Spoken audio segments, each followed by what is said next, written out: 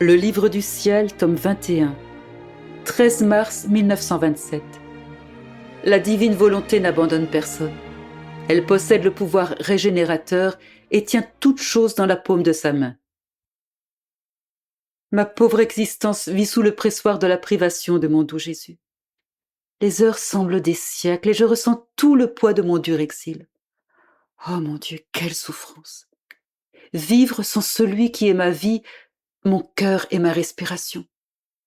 Jésus, quel cruel martyre que ton absence!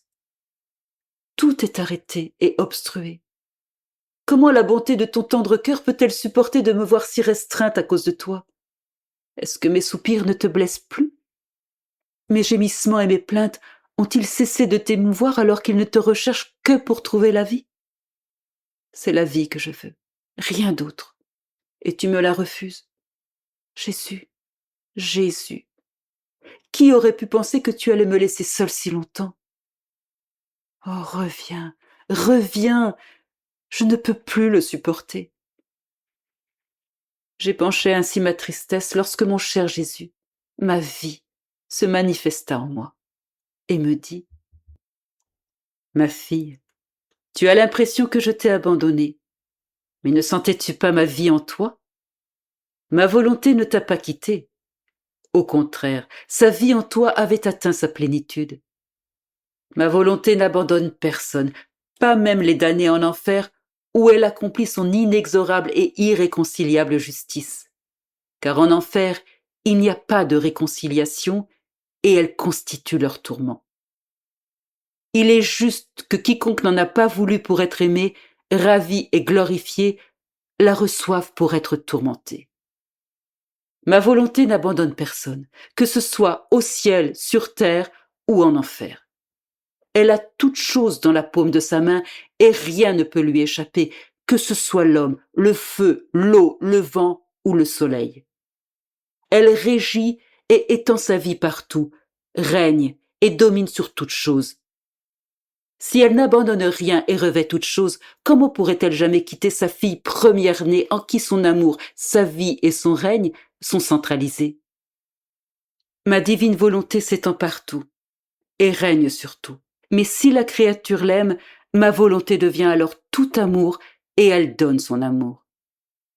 Si la créature la veut comme vie, ma volonté forme en elle sa vie divine et si la créature veut son règne, elle forme son royaume dans la créature. Ma volonté déploie ses actes selon les dispositions des créatures. Par son pouvoir générateur, elle régénère sa vie divine, sa sainteté, sa paix, sa réconciliation et son bonheur. Elle régénère sa beauté et sa grâce. Ma volonté sait comment faire toute chose. Elle se donne à tous et elle s'étend partout. Ses actes sont innombrables et multipliés à l'infini. Elle donne à chaque créature un acte nouveau selon sa disposition. Sa diversité est inexprimable. Qui pourrait échapper à ma volonté? Personne. Ma création pourrait-elle sortir de ma volonté ou ne pas avoir été créée par nous? Cela ne se peut, puisque le droit de créer n'appartient qu'à Dieu. C'est pourquoi ma volonté ne te quittera jamais, que ce soit dans la vie ou dans la mort, ni même après la mort. D'autant plus qu'après t'avoir régénéré comme son enfant spécial, les deux volontés désirent son règne, et là où est ma volonté, je suis là moi aussi en plein triomphe. Ma volonté peut-elle être sans la personne qui possède cette volonté?